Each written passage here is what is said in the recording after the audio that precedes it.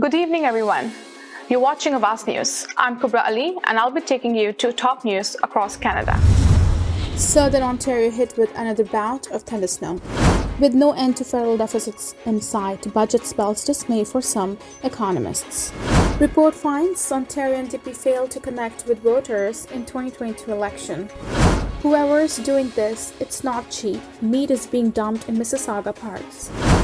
Toronto police seek help identifying suspect in hate-motivated assault on TTC. Person hospitalized with life-threatening injuries from junction fire. You are going to see cuts. McKelvey criticizes lack of support for Toronto in federal budget. Those were the headlines, and now let's look into the details.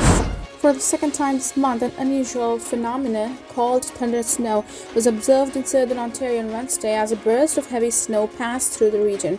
CTV News Toronto weather anchor Lindsay Morrison said thunder and lightning were reported during a brief period of intense snowfall in Toronto, Burlington, Hamilton, and other parts of the region.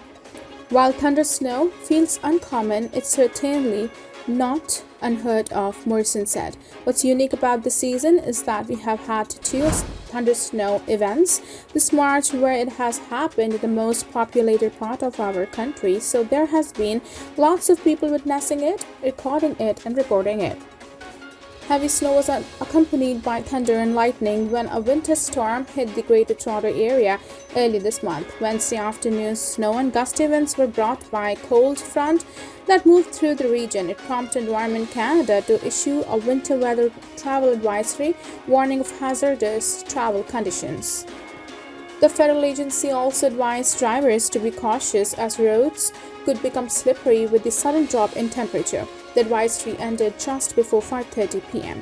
According to Environment Canada, there is still a risk of thunderstorm early Wednesday evening. The temperature is expected to drop to -8 overnight with the wind chill of -12. The City of Toronto said additional warming centers will open at 7 p.m. due to cold temperatures. They will be located at Scarborough Civic Centre, Willowdale Baptist Church, and Cecil Community Centre. The warming center at Metro Hall has been open 24/7 since February 16. The Ontario NDP failed to connect with voters during the 2022 elections, a new report admits, as the party looks to rebuild their brand with a new leader. In a report released this month by the NDP Campaign Review Committee, the official opposition bluntly outlines what went wrong in the last pitch for governance. Despite external factors such as COVID-19, which they argue made it difficult for the former leader Andre Howard to stay in the news cycle, the blame the report found lies with the party itself. The report makes mention of the fact that the NDP, while still able to clinch the position of the official opposition for a second term, lost 9 seats and 813,000 votes, despite the fact that the 2022 campaign was the best financed and most resourced campaign ever put in the field by the ONDP. The 6-month review concluded the party needed to start their campaign efforts much earlier, work on better communicating with the volunteers and riding associations, and conduct a major overhaul of its candidate nomination process. Speaking at the legislature, current NDP leader Marit Stiles welcomed the report and said she personally doesn't put blame for the party's poor standings on any one person. A similar debrief was put together for the Ontario Liberals, in which members said they felt like the party was trying to be too much of everything. The party put a lot of onus on former leader Stephen Del Duca, who they say failed to showcase his brand and his position on policy issues that were top of mind to Ontarians. Del Duca also resigned on election day after the Liberals failed to get enough seats to be given party status. Toronto Deputy Mayor Jennifer McKelvey is warning that significant cuts to services and state of good repair work could be necessary as soon as next year, following the federal government's refusal to set aside any money in its budget to help cover the city's COVID-19 shortfall. McKelvey made the comment to reporters at City Hall on Wednesday morning, one day after the Liberal government's budget failed to include $235 million in requested funding to offset 2022 COVID-19 shortfalls, as well as a commitment for hundreds of millions more to help the city tackle a $933 million shortfall in its 2023 budget due to ongoing COVID-19 costs. The federal government provided the city with funding to offset its COVID-19 losses in both 2020 and 2021, but did not do so last year. The lack of federal budgetary support for Toronto follows a period of lengthy unrest in city. This weekend, a 16-year-old was stabbed to death at Keele Station, the latest in a string of violent incidents on the TTC. Homelessness and mental illness have also reached a critical level in the city, which many believe are the root causes of increased violence throughout the city.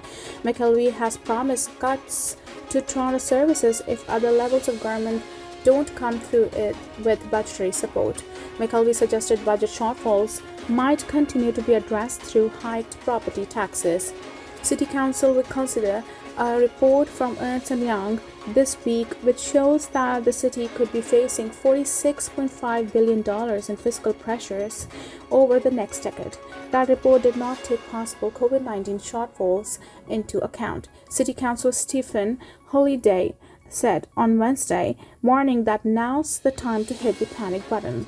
Holliday spoke on what he perceives to be missteps from City Council, which have led to this unsustainable position. Holliday, who has said he's considering running for mayor, said he won't be supporting collecting even more taxes. He doesn't feel further increases to property taxes are the answer to the expected city deficit, in opposition to former Mayor John Tory's February idea to add tax to commercial parking spaces. Large amounts of meat are being left in public parks across Mississauga in an apparent attempt to feed wild animals, and officials say that they are growing increasingly concerned about the practice. The most recent incident occurred in Settlers Green Park near Glen Drive and Battleford Road on Monday, when a passerby located a large ball of meat that was about the size of a bowling ball. Animal Services Public Education Officer Parathan Mohanaranjan told Awaz News.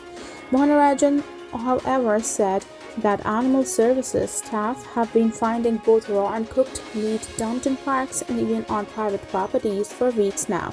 In some occasions, the food has been dumped on the ground, but in at least one instance, slabs of meat were actually hung from a sign welcoming visitors to a park. In another instance, the meat was left in open containers between two private buildings to the property owners, Mohanaranjan said. Mohanaranjan said that officials have noticed an increase in coyote reports in and around Settlers Green Park, where a number of incidents involved a large amounts of meat have occurred.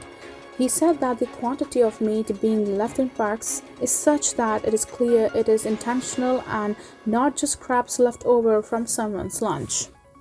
Mississauga already has a bylaw in place that makes it illegal to feed wildlife or leave food out to attract animals on both public and private properties, with the exception of some birds. A similar bylaw will also take effect in Toronto this weekend.